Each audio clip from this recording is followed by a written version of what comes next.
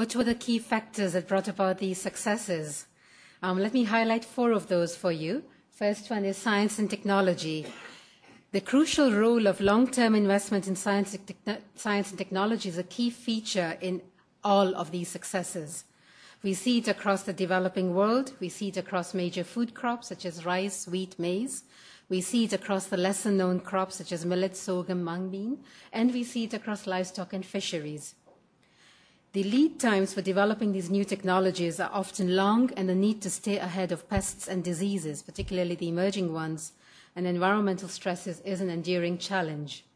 As Prabhu mentioned, the sustained and significant public investment in agricultural research and development is a crucial feature of many of these successes. Second one is complementary investments. Long-term investments in the building blocks of agricultural development is a necessary condition for success, we found. This is evident in every success case from the Green Revolution, with the building and improving of irrigation systems, to the zero-tillage case in Argentina, with providing extension and education services to farmers. Conversely, the absence of sustained investments in infrastructure in several Eastern and Southern African countries, as David just talked about in the case of improved maize, also comes through.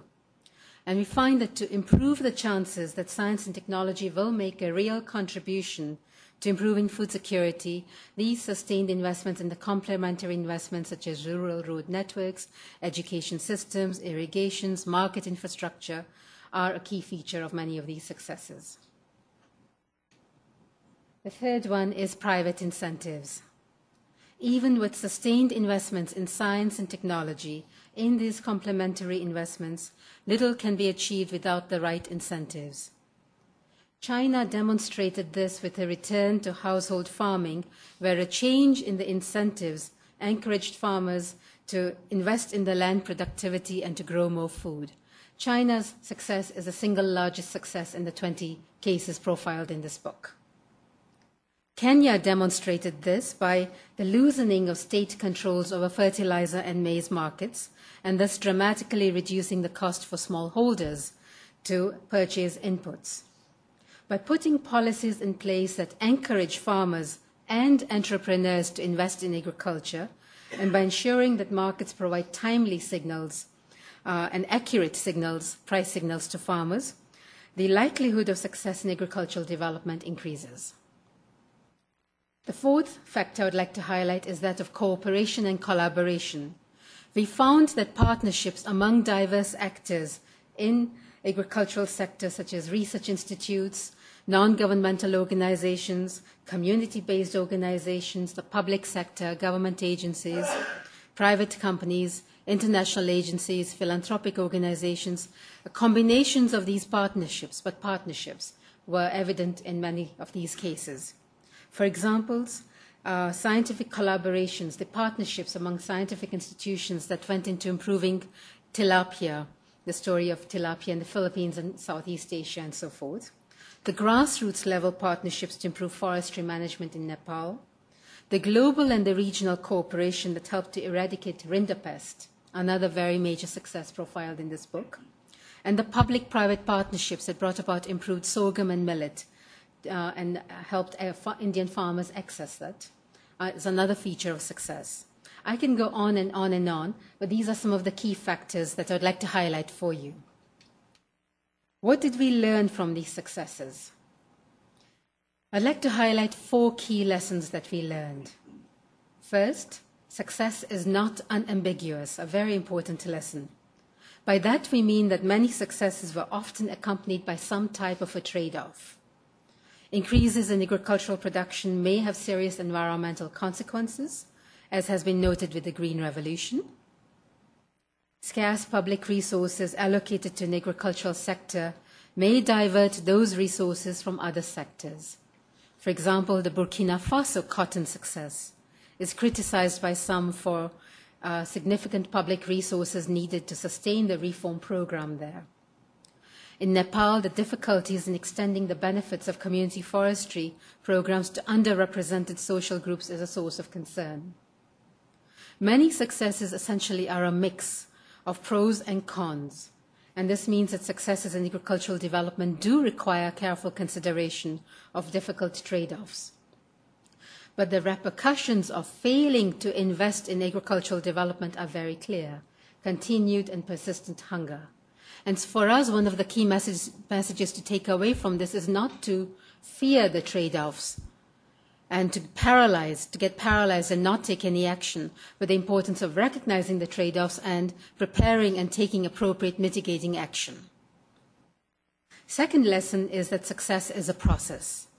And by that we mean that successes are generated and are sustained through experiential processes. This means discovering by doing, learning from mistakes, adapting to change. Probably the most famous example of experimentation is that of China's land tenure reform. But other examples include experimenting with traditional soil and water management techniques that led to regreening of parts of the Sahel. The key thing to take away from this is the importance of designing interventions that allow space for learning and adapting, and that improve then the likelihood of success. The third lesson we take away is that success is not a substitute for strategy. In other words, one scientific breakthrough or one policy correction does not make a strategy.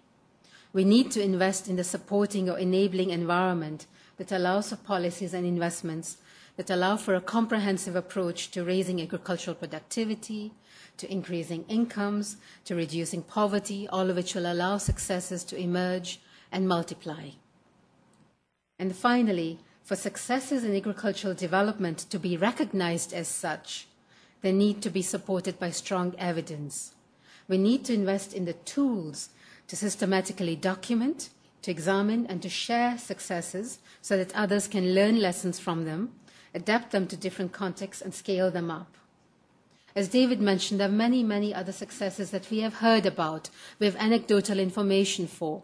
We simply could not find a way to include them in this work because we did want evidence-based work and evidence-based successes. And it is important, if we want to celebrate those successes, we want to share the successes, to learn the successes, to document them, share them.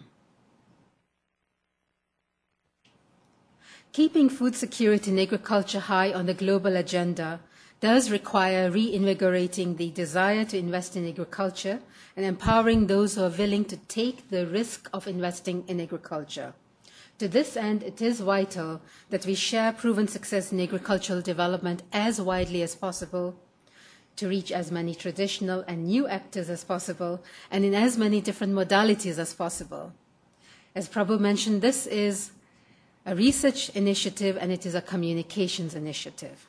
We have invested considerably in different modalities for communicating the results, with book launches, with media outreach, with different communications, targeted communications, with social media, online networking, different forms of presentations, different forms of video communication, and also reaching out to educators and students. We have held launches. We've had a set of 6 launches, with today included. Launches in Des Moines, where Bill Gates, we were very happy during his own keynote presentation at the World Food Prize Foundation, he referred to and talked about the millions fed. We had the full launch in Washington, D.C., in Rome, London, Addis Ababa. Later this month, David and I are continuing on to Beijing, Delhi, Dhaka, Nairobi. We don't like to do these tours to sort of sit there and sign our autographs. We do them because it's very important that we have these discussions take place in developing countries. It's very important to take place where the successes have been and where they have not been, Addis Ababa, Ethiopia, and to empower and to have discussions about what to learn from these successes and get the dialogues at the country levels and get people inspired and encouraged. We have communicated this through traditional media outlets. We've had the work of Millions Fed highlighted in about 70 different outlets, many different, media, news, electronic blogs, websites, and so forth. We've had about more than 25,000 hits on our Millions Fed website over the last 3 months or so, and we keep finding different ways in which we are reaching out. We've invested a lot in social media, and we were very intrigued to actually find that YouTube was a major connector into the Millions Fed. We had not expected that it would be, but it really, the videos that we have produced, that you have produced, the Gates Foundation has produced, all of these various videos were very major ways in which people found Millions Fed.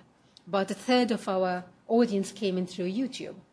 And that was something that surprised us and encouraged us for future communications, that we cannot just rely on traditional means and need to find different ways to reach different audiences.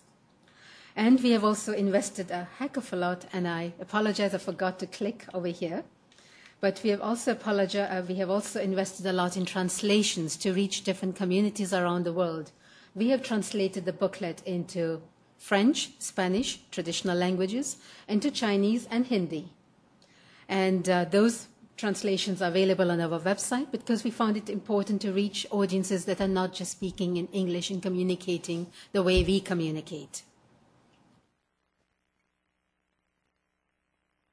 At the end of the day, looking to the future, more successes are needed. David mentioned 1 billion people go hungry today.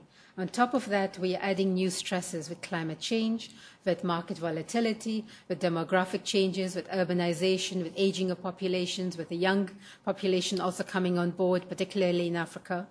Food security needs to stay high on the global agenda. And we hope that this particular work, the Millions Fed work, has convinced people that investing in agricultural development is more important and urgent than ever before. We hope that you will share with us the excitement of Millions Fed, that you will share it widely, and that we will find ways together to keep agriculture and food security high on the global agenda, on the regional agendas, national agendas, and most importantly, on the local agendas.